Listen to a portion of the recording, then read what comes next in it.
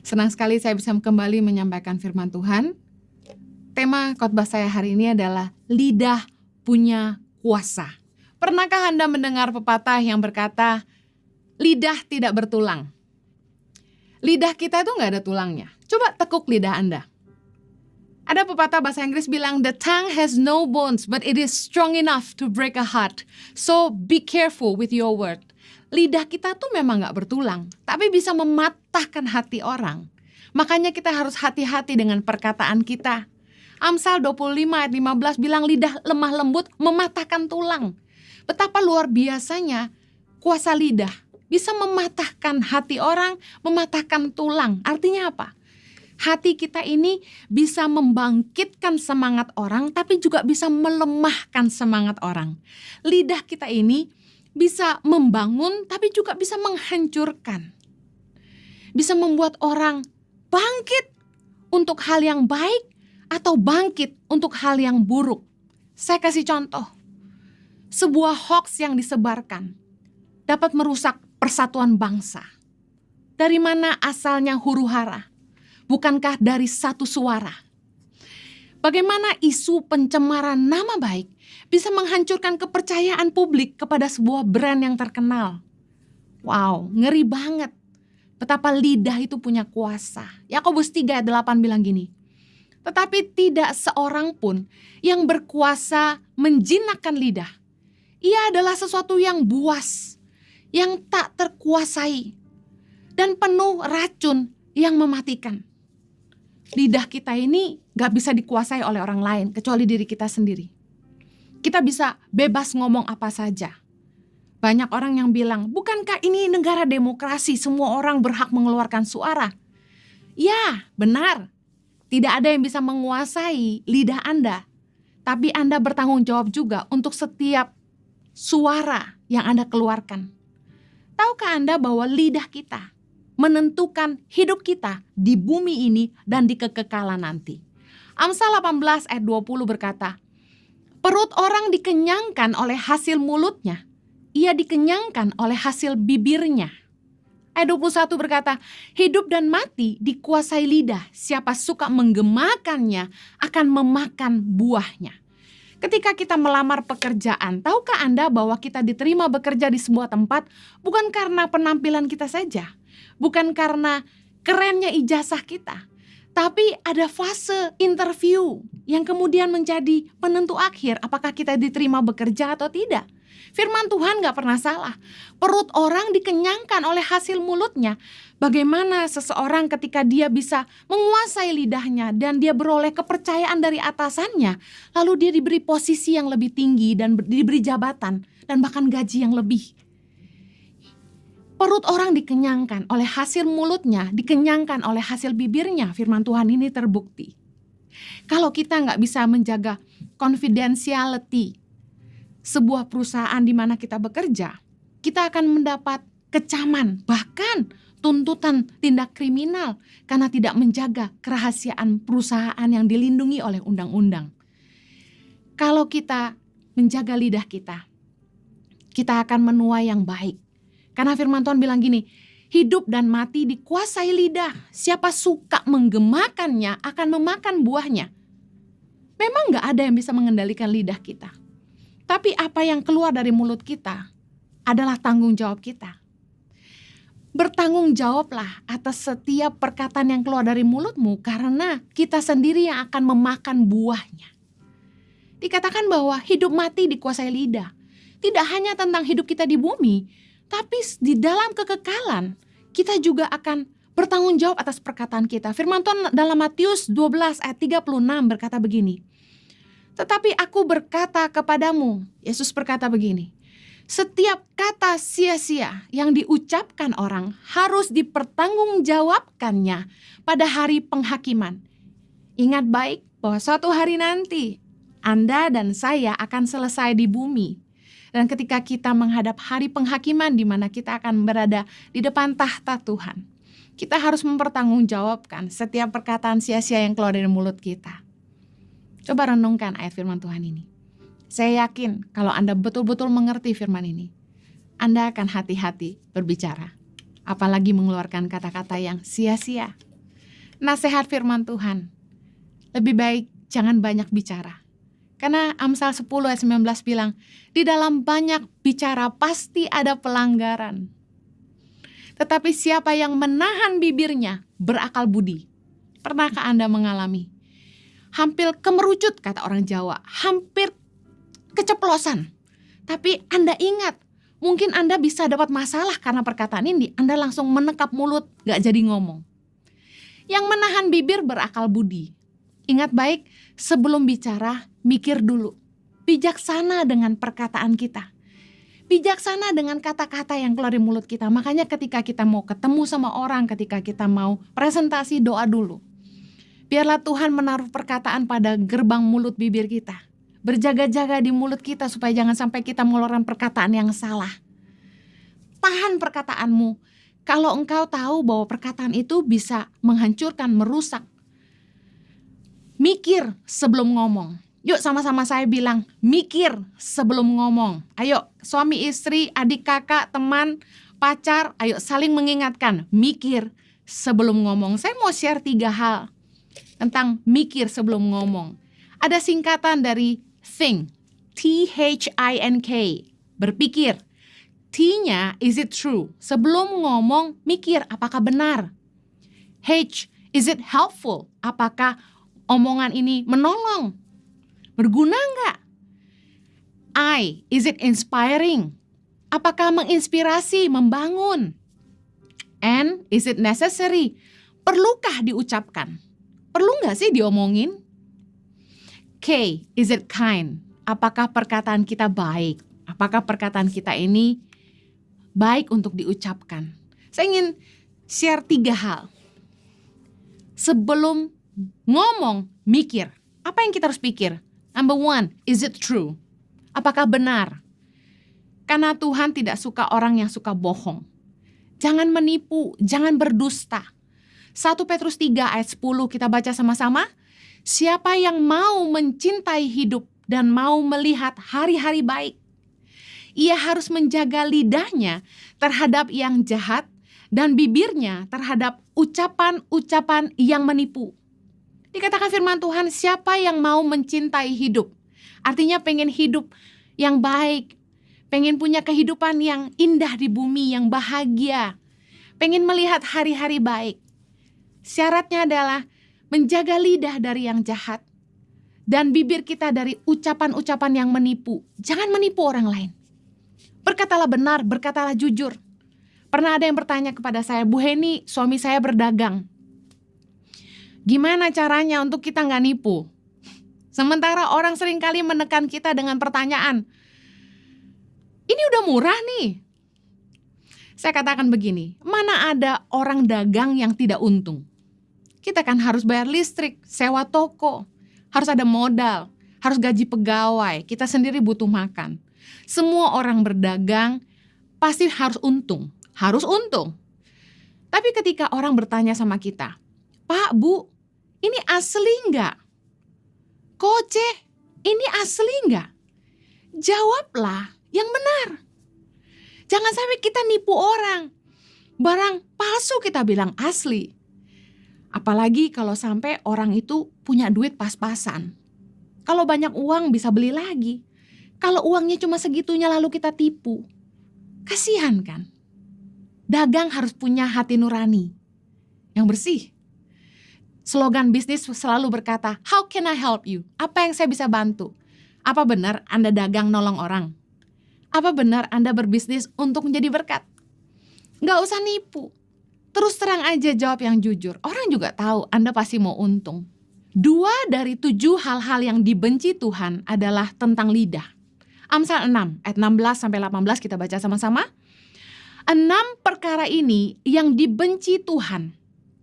Bahkan 7 perkara yang menjadi kekejian bagi hatinya.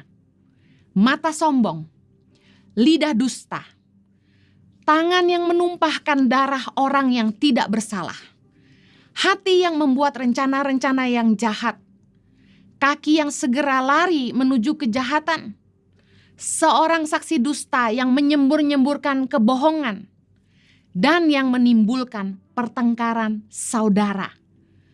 Bayangkan, Bahkan efek dari omongan itu masuk ke dalam poin ke-7 dalam 7 hal yang dibenci Tuhan.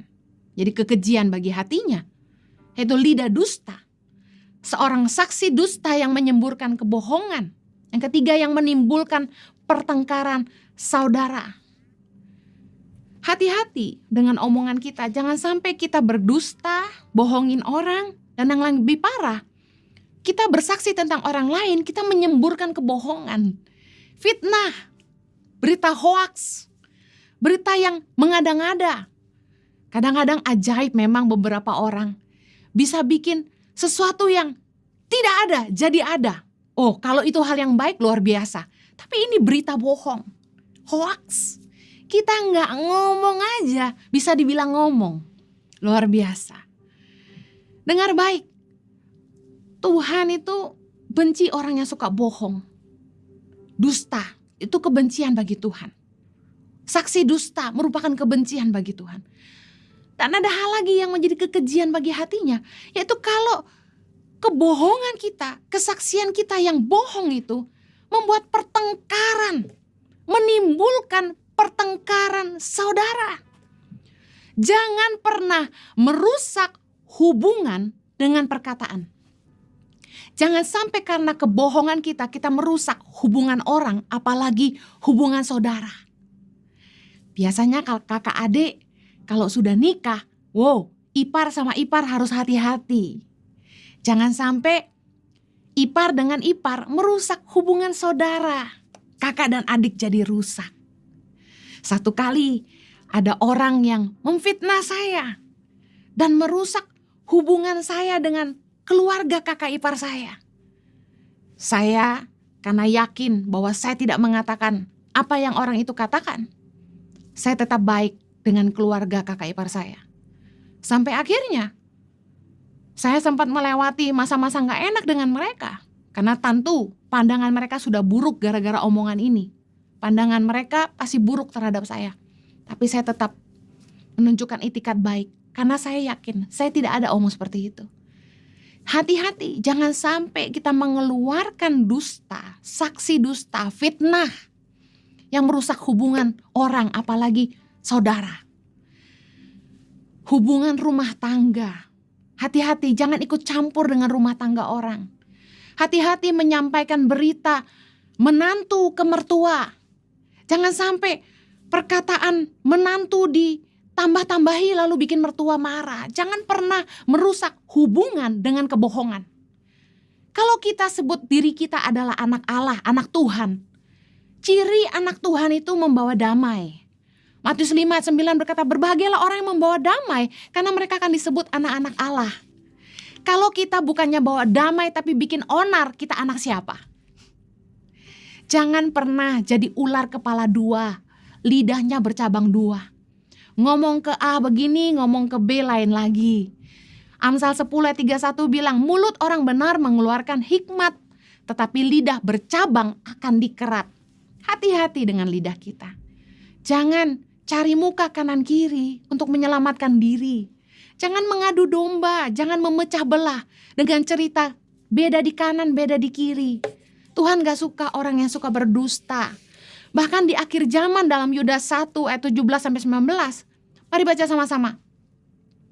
Tetapi kamu, saudara-saudaraku yang kekasih, ingatlah akan apa yang dahulu telah dikatakan kepada kamu oleh rasul-rasul Tuhan kita Yesus Kristus. Sebab mereka telah mengatakan kepada kamu, menjelang akhir zaman akan tampil pengejek-pengejek yang akan hidup menurut hawa nafsu kefasikan mereka.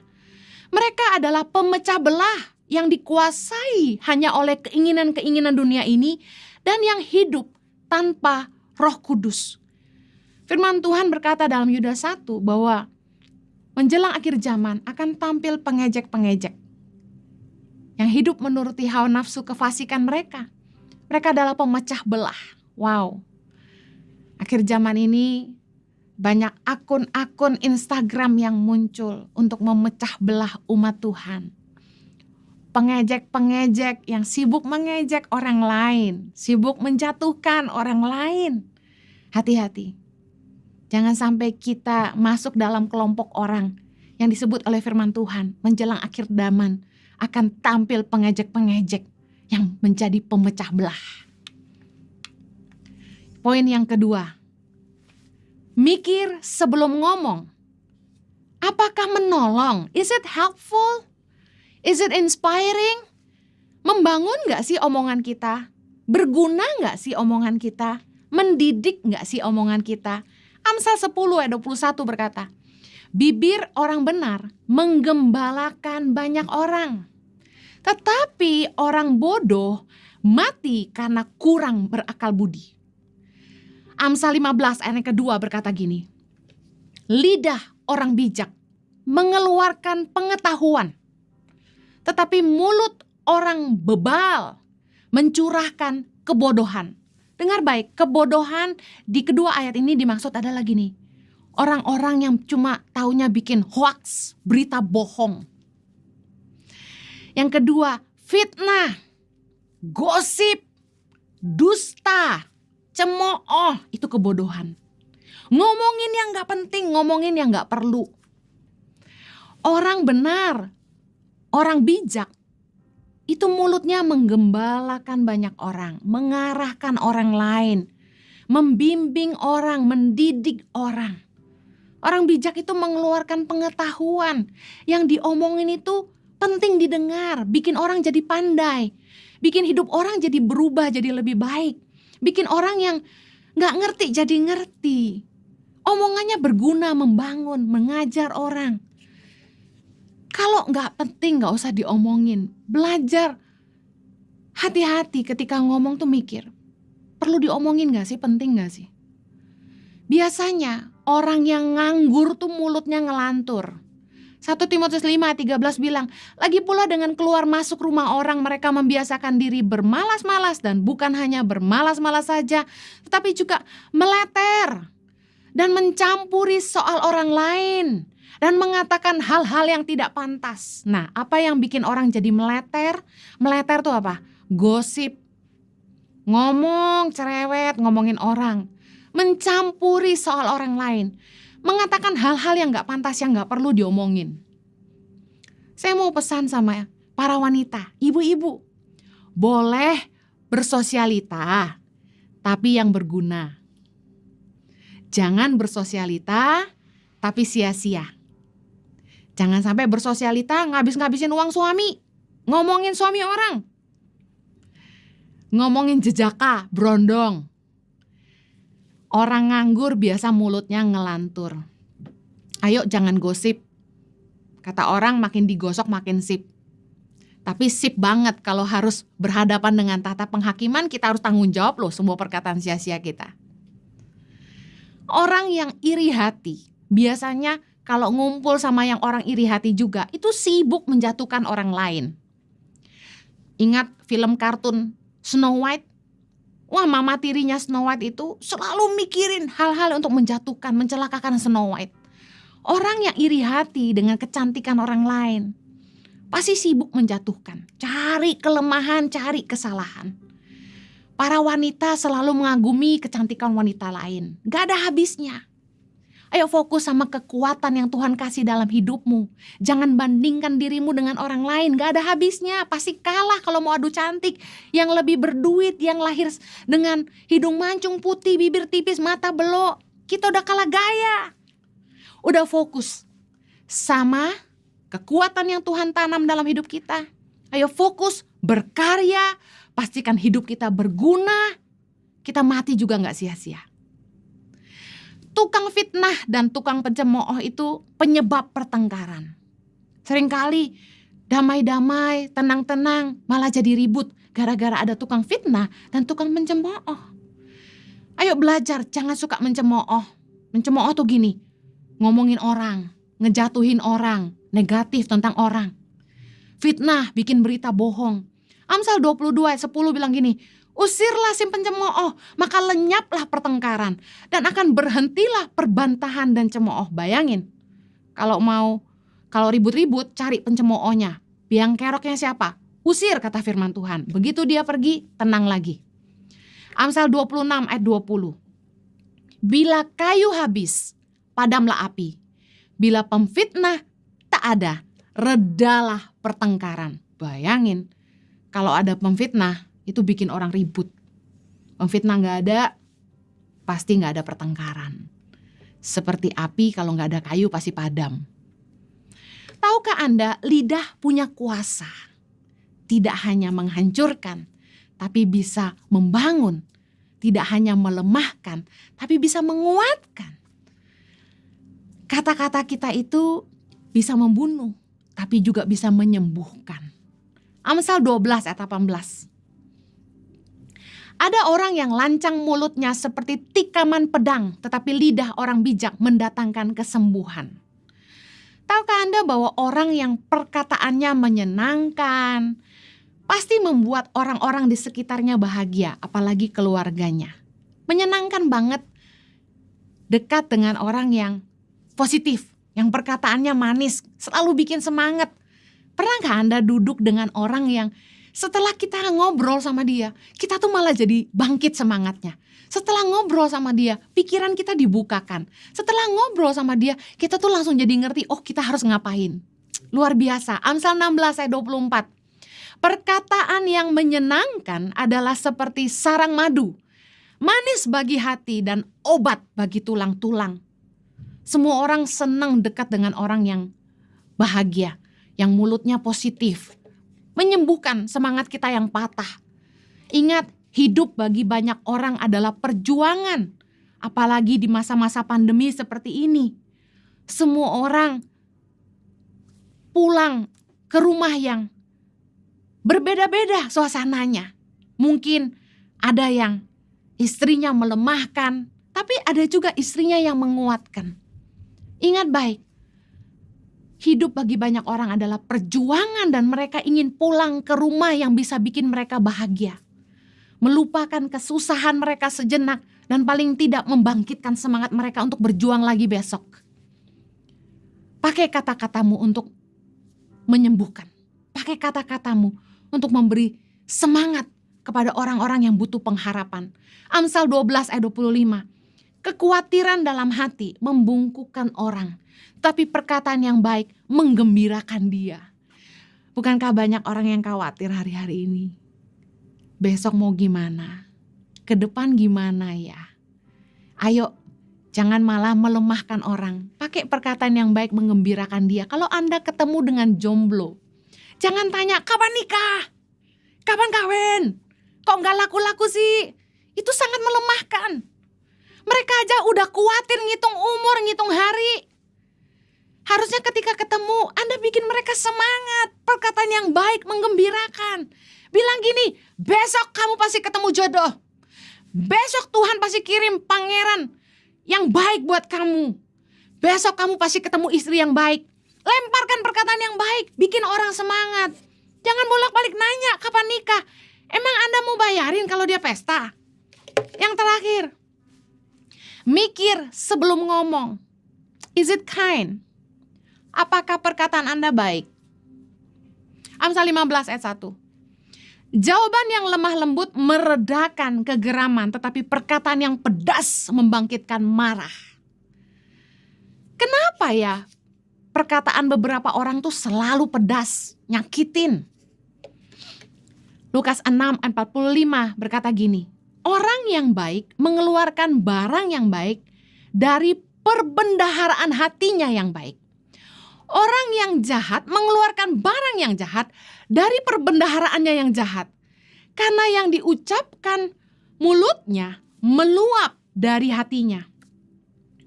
Menarik, firman Tuhan berkata bahwa perkataan mulut kita itu meluapnya dari hati kita. Berarti perkataan itu keluar dari hati.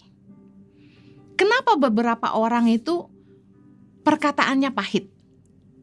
Saya percaya karena satu. Hatinya sakit.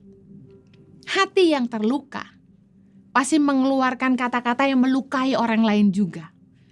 Kalau hati kita sakit, pasti kata-kata kita pahit dan melukai orang-orang di sekitar kita. Ayo pakai lidah kita untuk menebarkan kebaikan, bukan kepahitan.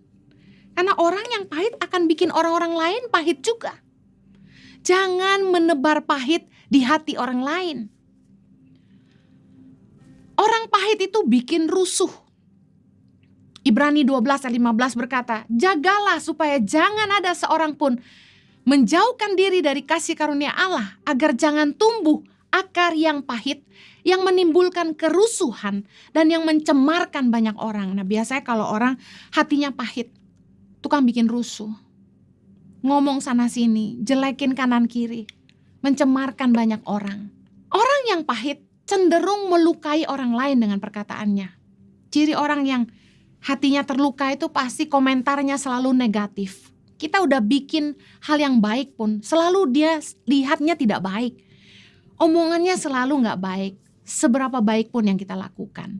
Nah, kalau kita punya anggota keluarga yang seperti ini, jangan malah kita benci. Kuncinya satu, hatinya harus sembuh. Mari banjiri dia dengan kasih sayang. Mari kasihi dia terus, sehingga dia sembuh. Ajak dia untuk mengampuni orang yang pernah melukai hatinya di masa yang lalu.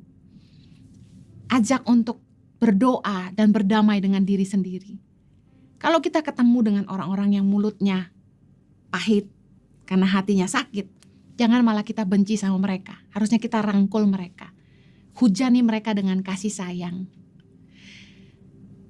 Kalau kita nggak sembuh, orang yang sakit hati nggak mau sembuh, kita akan mengorbankan banyak hubungan. Kalau kita nggak mau melepaskan pengampunan dan membebaskan diri kita sendiri dari kepahitan, kita malah akan mengorbankan banyak hubungan ke depan karena perkataan kita yang selalu menyakitkan orang lain.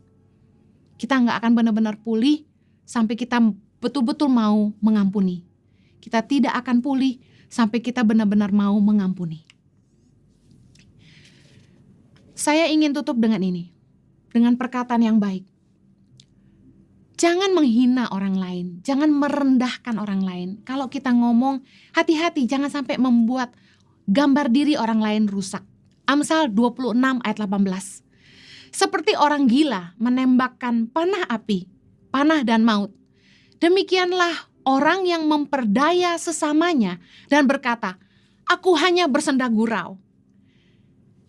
Luar biasa, ayat firman Tuhan mengajar gini, bahwa orang yang ngomong sembarangan, memperdaya sesamanya, ngebully sesama dengan perkataan yang merendahkan, dan dia dengan santai bilang, sorry, gue cuma bercanda, I'm just kidding, I'm just joking. Tahukah Anda, firman Tuhan berkata ini orang gila, menembakkan panah, api, panah dan maut. Kenapa dibilang panah dan api, panah dan maut? Karena perkataan kita itu ketika kita lepaskan itu kayak panah, nancap di pikiran orang, di hati orang, terbawa dalam mimpi. Perkataan itu bisa memanipulasi. Ketika dia mandi, dia terngiang-ngiang perkataan yang sama. Ketika dia tidur sampai dia ngimpi. Perkataan kita itu tajam. Kenapa dikatakan maut? Karena banyak perkataan yang tidak dijaga, yang merusak gambar diri orang, membuat orang jadi depresi, lalu bunuh diri. Hati-hati dengan perkataan kita. Satu kali saya khotbah di sebuah persekutuan. Ada salah satu jemaat, seorang anak perempuan yang menangis terseduh-seduh ketika saya sedang khotbah tentang kuasa perkataan. Ternyata anak ini tumbuh besar dibully. Dia bertubuh agak montok dan dia sering dibully. Di dalam masyarakat, di dalam komunitas, biasanya ketika anak-anak tumbuh besar dari kecil sampai besar di sekolah, di mana saja, bahkan di gereja, di keluarga, ketika ada yang kelihatan, bertubuh pendek, atau bertubuh gemuk, atau berkulit hitam, dan lain sebagainya, selalu biasanya jadi sasaran diperdaya, dibully, dikerjain, diolok-olok, diberi sebutan yang tidak mengenakan. Tahukah Anda perkataan yang negatif itu merusak gambar diri orang? Lalu dengan mudah kita bilang gini, sorry, I'm just joking. Wow, kita nggak tahu betapa perkataan kita itu bisa merusak gambar diri orang. Hati-hati dengan apa yang keluar dari mulut kita. Jangan sampai dari mulut kita keluar kutuk. Ketika kita ngomong, yang kita keluarkan tuh dua, berkat atau kutuk. Apa yang keluar dari mulut Anda? Hati-hati, jangan marah sama anakmu, pasanganmu, orang tuamu, temanmu, atau siapapun. Lalu Anda mengucapkan kutuk atas hidup mereka. Ucapkanlah berkat. Meskipun Anda mungkin tidak suka dengan karakternya, ucapkan berkat. Justru kalau Anda punya pasangan yang kurang sabar, Anda harus bilang begini, suamiku sabar. Kalau Anda punya istri yang cerewet, Anda bilang gini, oh istriku lemah lembut. Berkati pasanganmu. Kalau ada anakmu yang agak lincah, jangan teriaki, hei anak nakal. Tapi ucapkan berkat dan katakan begini, anak baik gak boleh nakal. Kalau ada anakmu yang mungkin nilai matematikanya jelek, jangan diteriaki, dasar anak bodoh. Tapi malah bilang gini, anak pintar harus rajin belajar. Hati-hati mengeluarkan perkataan. Perkataan kita adalah doa. Berkat atau kutuk yang keluar dari mulut kita.